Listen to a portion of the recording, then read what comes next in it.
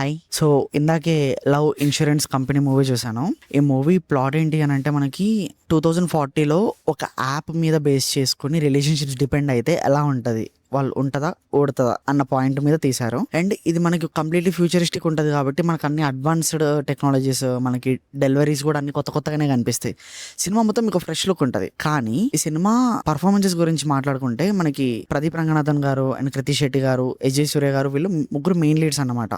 వీళ్ళు ముగ్గురి పర్ఫార్మెన్స్ అనేది స్టోరీ పరంగా అయితే బాగానే ఉంటుంది, కానీ ఈ మూవీ స్టోరీ అనేది నాకు అంతే అనిపించలేదు. ఎందుకంటే ఒక ఫ్యూచరిస్టిక్ ఫిలిం తీసుకుందాం అనుకున్నప్పుడు ఆ ఫ్యూచరిస్టిక్ ఫిలిం కి తగ్గట్టు స్క్రిప్ట్ కూడా ఉండాలి.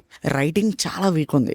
లైక్ చాలా మూమెంట్స్ వరకు ఏదో గ్రాంటెడ్గా తీసుకొని రాసుకున్నారేమో అనిపించింది నాకు. అండ్ ఇంకోటి ఏంటి అని అంటే టేకింగ్, ఇప్పుడు మనం ఎంత బాగా రాసుకున్నాం అనే దానికంటే ఎంత బాగా చూపించడం అనేది కూడా కొన్నిసార్లు అది లెక్కలోకి వస్తుంది. అది కూడా లేదు ఇక్కడ. అండ్ మెయిన్ ప్రాబ్లం ఏంటి అని అంటే తెలుగులో డబ్బింగ్ అండి. ఇప్పుడు ఒక తమిళ సినిమాని తెలుగులో తీయాలి అనుకున్నప్పుడు ఒక ప్రాపర్ కేర్ తీసుకోవాలి. ఒక డైలాగ్స్ పరంగా అన్ని చూసుకోవాలి. ఏదో 2-3 మీమ్ టెంప్లెట్లు తీసుకొచ్చి తర్వాత ఏదో ఒకటి 4 ఫామ్ మూమెంట్లు వేసుకున్నంత మాత్రం అది డబ్బింగ్ ప్రాపర్గా అయిపోదు. నీట్గా తమిళ స్క్రిప్ట్ తీసుకెళ్లి ChatGPTకి ఇచ్చి తెలుగులో అనువాదించండి అని చెప్తే అది ఎలా అనువాదించిందో అలానే ఇచ్చారు మనకి ఇక్కడ. అండ్ ఇంకొకటి మెయిన్ ఏంటి అని అంటే సాంగ్స్ కూడా కేర్ తీసుకోలేదు. తమిళ్లో సాంగ్స్ చాలా బాగుంటాయి, తెలుగులో అసలు ఒక్కసారి కూడా వినాలన్న థాట్ కూడా రావట్లేదు అది. అండ్ నాకు మ్యూజిక్ మాత్రమే నచ్చింది నాకు మూవీ మొత్తంలో. బ్యాక్గ్రౌండ్ మ్యూజిక్ చాలా ప్రాపర్ కొట్టాడు అంతే, ఇంకెక్కడ నాకు పాజిటివ్ అనిపించలేదు. అండ్ కొన్ని మూమెంట్స్ సినిమాలో బాగున్నాయి, కానీ కొన్ని మూమెంట్స్ వల్ల సినిమా మొత్తం చూడాలి అన్న థాట్ ఎవరికి రాదు. అండ్ విఘ్నేష్ శివన్ గారు, మీ ఓన్ ప్రొడక్షన్ హౌస్ ఉండి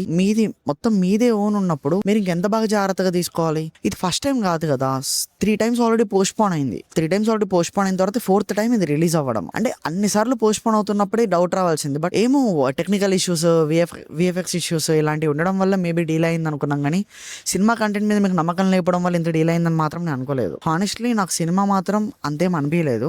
ఓవరాల్ గా చెప్పాలి అని అంటే ప్రదీప్ రంగనాథన్ గారిది ఒక హిట్ స్ట్రీక్ అనేది ఉంటది కదా, అది దీంతో బ్రేక్ పడిపోతుంది నాకు తెలిసి. ఎందుకంటే ప్రీవియస్ ఫిల్మ్స్ చూసిన వాళ్ళందరూ ఒక మినిమం ఎక్స్పెక్టేషన్స్ తో వెళ్తారు థియేటర్ కి. ఎంత కాదన్నా ఒక ఇమేజ్ క్రియేట్ చేసుకున్నారు వాళ్ళు. ఆ క్రియేట్ చేసుకున్న ఇమేజ్ ని కాపాడుకోవాల్సింది కూడా వాళ్ళ చేతిలోనే ఉంటది, కానీ ఇది ఎందుకో నాకు తేడా కొడుతుందేమో అని అనిపిస్తుంది. సో ఇదైతే నా ఒపీనియన్. మీరు చూసాక మీకు ఎలా అనిపించిందో కింద కామెంట్స్ లో చెప్పండి. ఇలాంటి రివ్యూస్, సజెషన్స్, అప్డేట్స్ ఇంకా కావాలి అనుకుంటే మన ఛానల్ ని సబ్స్క్రైబ్ చేసుకోండి అండ్ ఆ నోటిఫికేషన్స్ కూడా కొంచెం ఆన్ లో పెట్టుకోండి. Thank you and we'll see another video మావా.